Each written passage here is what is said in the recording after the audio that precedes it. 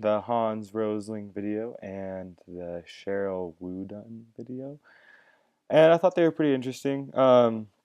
Cheryl Wooden talked about how important it is for us to educate women and for um, how important it is for us to. She was kind of along the same lines as the lady from Africa who talked about how important it is for women to be educated. Um, and I thought it was interesting because she talked about that there's actually more males in the world, but more of the males are educated and all that stuff. So that was pretty interesting. She brought some good points about how it's more beneficial for us to educate women because they'll contribute more because then instead of them marrying so early like they are in Africa and other places like in the third world countries, they'll actually marry later because they're more educated and they're able to support themselves and they don't have to rely on their husbands, and they typically have they have less children. And a good thing about having less children is that they will be able to support themselves longer and they won't have to worry about the high maternal death rate that we have. It will actually lower that. So that was pretty cool. Um, yeah. And then Hans Rosling, he talked about um, what did he talk about? About how there's 7 billion people in the world, and 1 billion people they live above what he called the airplane line, which is people who can afford to use the airplanes and they have lots of different appliances in their houses. And then there were the people below that who he called the bulb line or the wash line, and there's 1 billion people in there. And then there were like 3 billion people who were in the bulb line who only made about $20 a day, I think it was. And then there were 2 billion people who were still in the fire stage, which means that they don't have washing machines, they don't have electricity, and all that.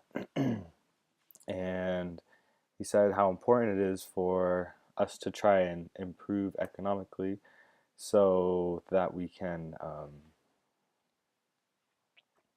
improve. He just talked about how the people who are living in the airplane line, how they use above the airplane line, about how they use so much energy, and it needs to be cut back because we're talking about how we're already in this global climate change where too much fossil fuel is being used, and if all these other people start to be industrialized who are in the fire line, they're going to push our energy use up, which is going to increase global climate change even more. And so, if all these other people are industrializing like they are, because lots of other countries are starting to industrialize, um, about how we need to start to improve our green energy and start to give back to the world instead of just taking away from it. Because if we're using all this fossil fuel, eventually it's going to run out. There's not unlimited amounts of fossil fuel.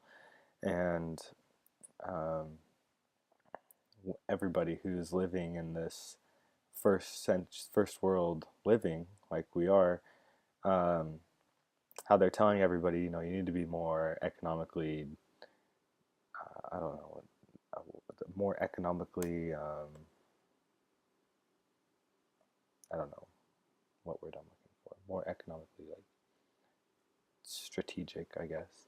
Um, and they're telling everybody, you need to do better, you need to do better, but he said they can't even say anything because they're still not being as green as they should. Like he was talking about how there are people who live above the airplane line and they, say they don't drive cars and trying to save as much energy as possible, but they're all still using washing machines.